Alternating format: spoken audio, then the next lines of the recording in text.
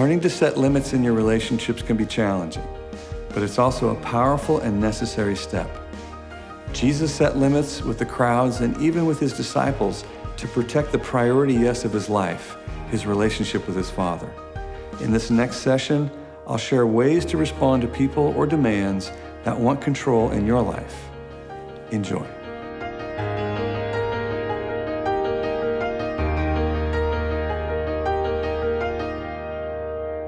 I think something important that we'll be covering in this segment is really how to set limits. How do you communicate limits? What is it coming from? What is a right motive? What is a right frame of mind when you're communicating that I'm separating levels of access amongst people I care about? You know, in Acts chapter 6, there's a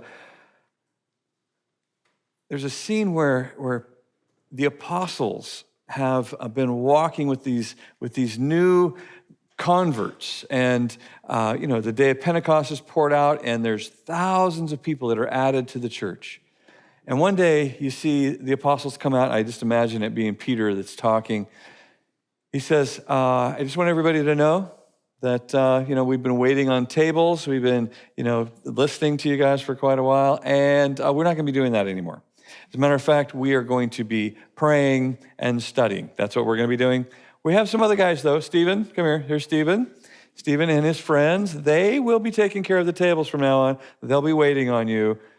These are really good guys." And you can just see, people out in the audience. There's just one guy sitting at the table. Peter, excuse me, you mean you're not going to be waiting on all their tables anymore. You're still coming to my table, though, right? Nope, sorry. None of the tables. Praying, studying. That's all we'll be doing. We're apostles now. Oh, you're all apostle now. Oh, you're too good for us. That's what you're saying. Well, fine, buddy. I've been here since the upper room, okay? I'm not one of these new people. Whatever, fine. You go do what you got to do. Me and my family, we're going to go to well, there is no other churches yet, but as soon as there are, we're going, yeah? When you set limits with people, don't expect them to be happy. People, when you separate out who has access and who doesn't, don't expect people to jump for joy. They're not going to be jumping for joy, especially if they got bumped a ring, right? People aren't going to believe that you can set a limit. They're going to keep coming. They're going to keep coming. So when your no is a no, it's going to be tested. And when your yes is a yes, it's going to be tested. So let's talk a little bit about what do we do when people have access to our lives that they're not very careful with that access. They're not very careful with the responsibility of being this close. We have people that sometimes they're close to us and they get disrespectful. They get irresponsible. They abuse the place that they have with us. Well, remember back in chapter 1 where we talked about triangulation. We talked about triangulation where people want to pretend that they're a victim. I'm a victim because somebody is violating that spot that I've given them. And so instead of confronting that person, setting a limit, I began to go, this person is a bad guy. This person's a bad guy. And so in flies from wherever a rescuer. Now, how many of you have ever seen the Trunk Monkey videos?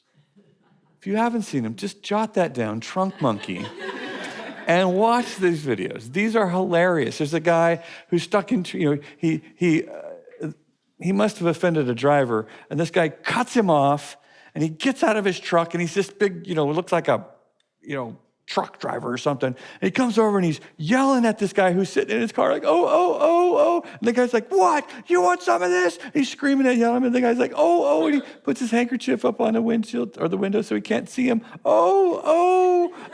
The guy's, what? You want to get out of your car? Come here. And then finally he reaches over and he pushes the trunk monkey button. And his trunk pops open. And this monkey gets out of the back, comes up behind the guy, and knocks him out with a crowbar. And the guy's, and he's like, all right. And he high-fives the monkey, says, back in the trunk. And this is that triangulation thing where I got this big, terrible person in my life. I don't know what to do with them. And I just prayed, Jesus, be my trunk monkey and come take them out. And you know what? Here's the truth. Jesus isn't going to be your trunk monkey. You're going to have to confront people. You're going to have to tell them the truth. You're going to find out the strength of your connection with people as soon as you tell them the truth. I know it seems acceptable to create kind of a mirage set of relationships because we don't have any conflict. Well, there's an excellent chance that if somebody is violating the relationship and they still have this mirage relationship, it's because you're not telling the truth. You're not telling them the truth. So when we talk about setting boundaries, when we talk about what a boundary is something that keeps in my life what I want to keep in my life.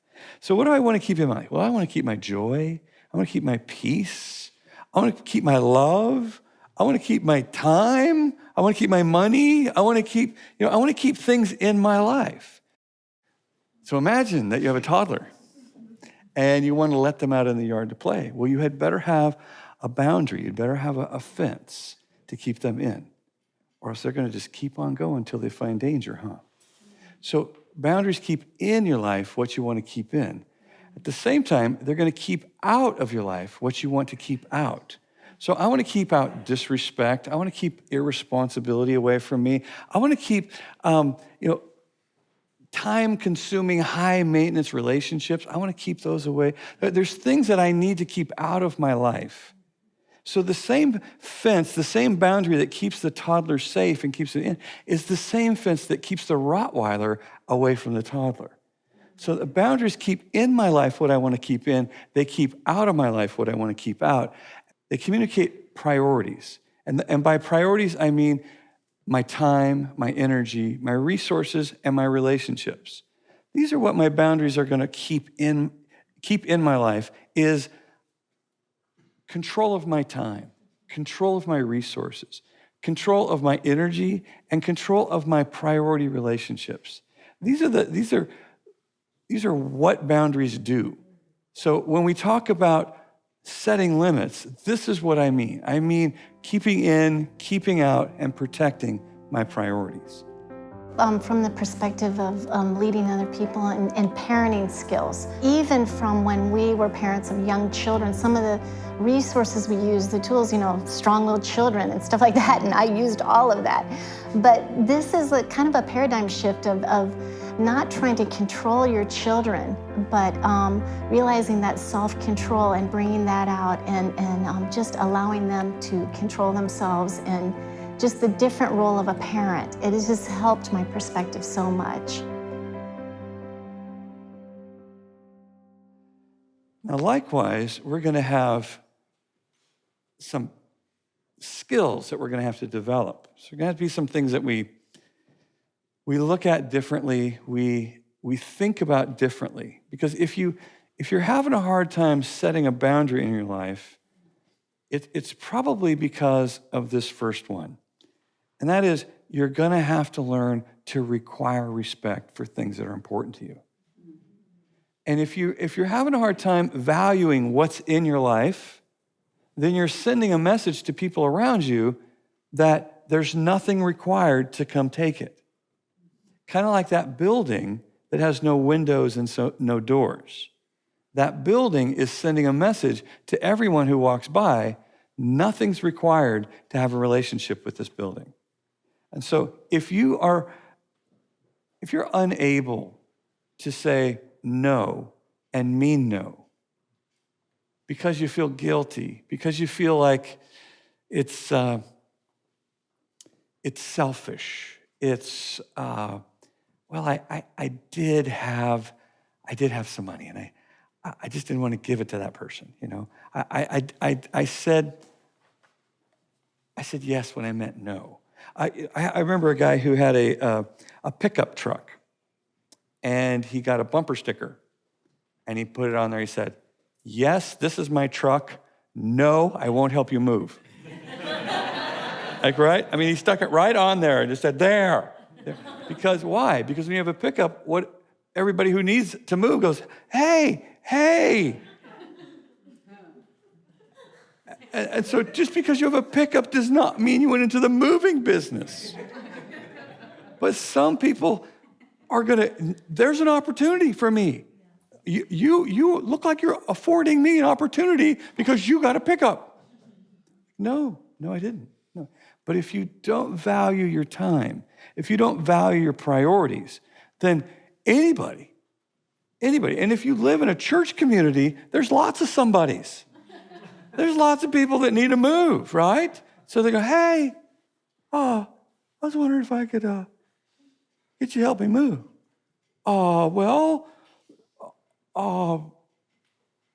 Sure.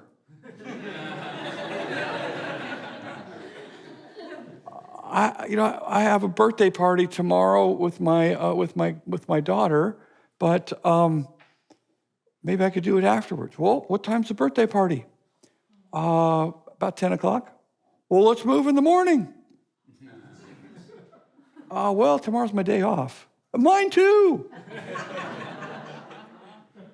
How about 6 o'clock? In the morning? Yeah, I'm an early riser. Okay.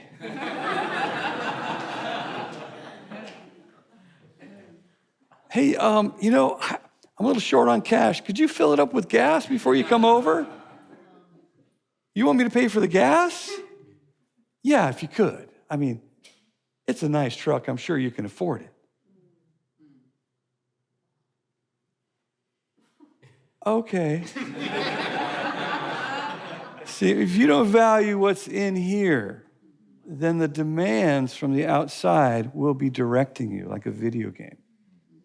So you need to learn how to communicate the value that you do have by the no that you have, by the yes that you have. These are speaking the truth in love. This is speaking the truth in love. I'm telling you the truth because sure is a lie.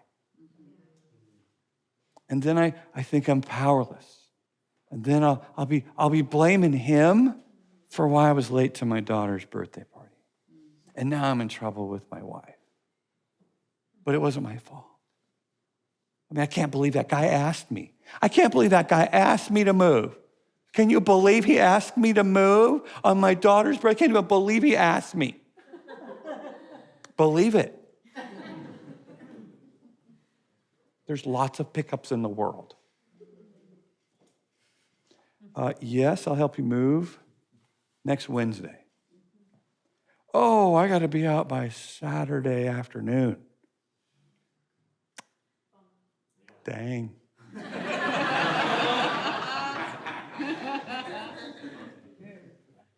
What are you going to do? Well, I was going to ask you to move me. How'd that work out? My truck's busy that day. You have that kind of power. You have that kind of no, that kind of yes. Learn to require respect for what's in your life and communicate it through how you use your yes and your no. Get good at telling other people what you're going to do instead of what they have to do. Remember, you don't control anybody else. On a good day, you control you, right? So this is where you stay powerful and you let other people know what you're going to do. I will be glad to help you move on Wednesday. My truck will be available Saturday afternoon. if you can find a driver that I know that I would trust my vehicle to, which is another way of saying, not you. I will let you know what I will do. I'm not going to try to tell you what you have to do. Well, you have to be really careful with my truck, and you have to bring it back on time, and you have to put gas in it, and you have to, because how much control do you have over any of that? No. I'll be glad to let you borrow my truck. I'll be glad to help you move. Here. I'm going to tell you what I will do. I'm not going to tell you what you have to do. And please understand that it's your actions that mean something, not your words. See, over and over, what happens in our relationships is that we mean to say yes. We're gonna say yes. I wanna say yes. Be careful, because I'm gonna say yes. I'm this close to saying yes. Guess what you haven't done yet? You haven't said yes. How do we know that you said yes? Because that's what you're doing. That's what you're protecting. That's what you're communicating is important to you. And so it's not your words that people believe, it's your actions. What changes relationship is your actions.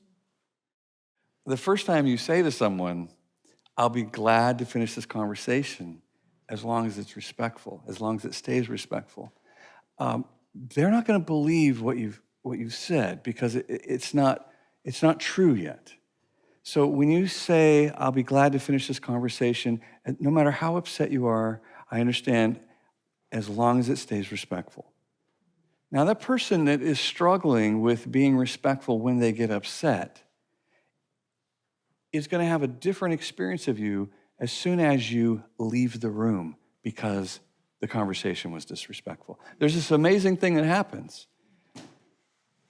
Everywhere your feet go, your ears go with them, And so it's an amazing thing. When you leave a room, your ears get further and further away from that person's disrespectful mouth. It's really helpful. It's really helpful. Now, the next time this exchange begins, and the person who's having a struggle with their respect level when they get upset, when they hear another, I'll be glad to finish this conversation as long as it stays respectful. They have a memory.